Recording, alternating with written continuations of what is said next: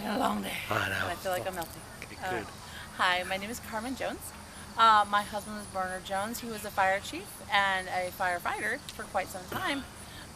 Bernard and I were actually married when I was 32. So unfortunately, we're a little bit long in the tooth and weren't able to actually have children of our own. I can remember my father telling me about these things that would happen at the fire, because I was a lifelong member of the Shelby County residents.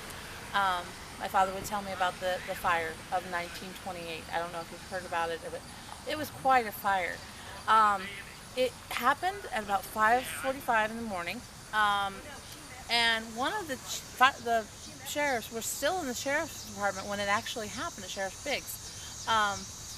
And it was so massive. It started at the basement of the sheriff's department. Nobody ever knew what happened to it.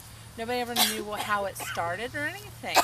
But it grew and grew and grew. And unfortunately, the sheriff's department was here and the city county was here. And so the fire leapt from the sheriff's department to the city county department, city buildings. Can't even think today. I'm sorry. It's been a long day. Okay.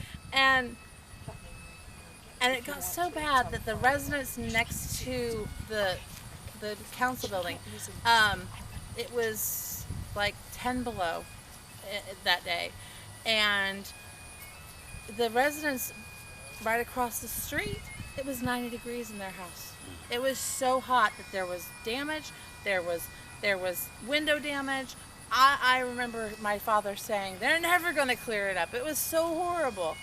And then I was looking, because I had pictures of some fire trucks, and this is the best way to remember, because this was actually, the Iron Fox was actually the fire truck that would have been there at that time, and it was a pretty substantial, pretty nice machine, but now it's kind of antiquated.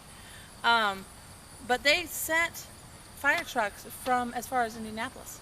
They had two of them sent with some of their best men, but unfortunately one of the fire trucks ended up hitting an ice on the road and ended up into a ditch.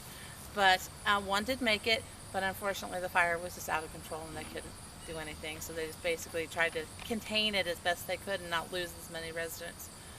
Now I do have another one. It's called the White Pumper. This was the fire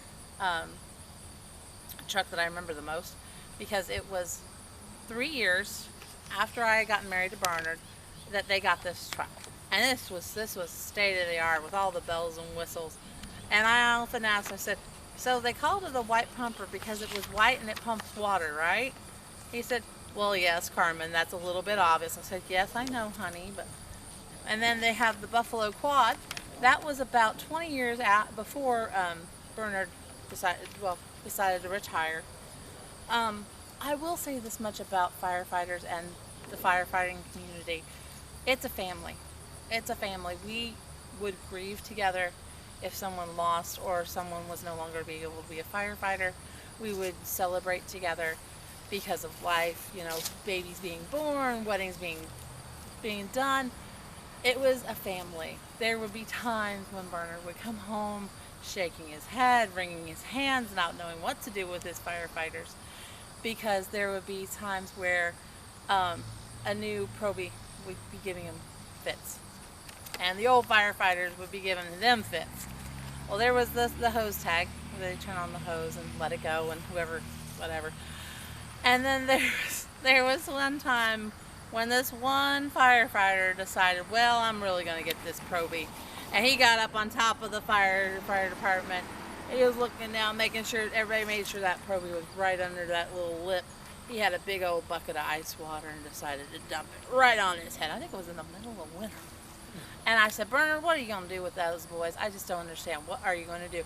He's like, well, Carmen, there's not much I can do. They're grown men. But it was all just like a big old family. And it was a definite blessing to being able to be served with their surrogate mom, as it were. And I hope you've had a wonderful afternoon. Thank you. Thank you.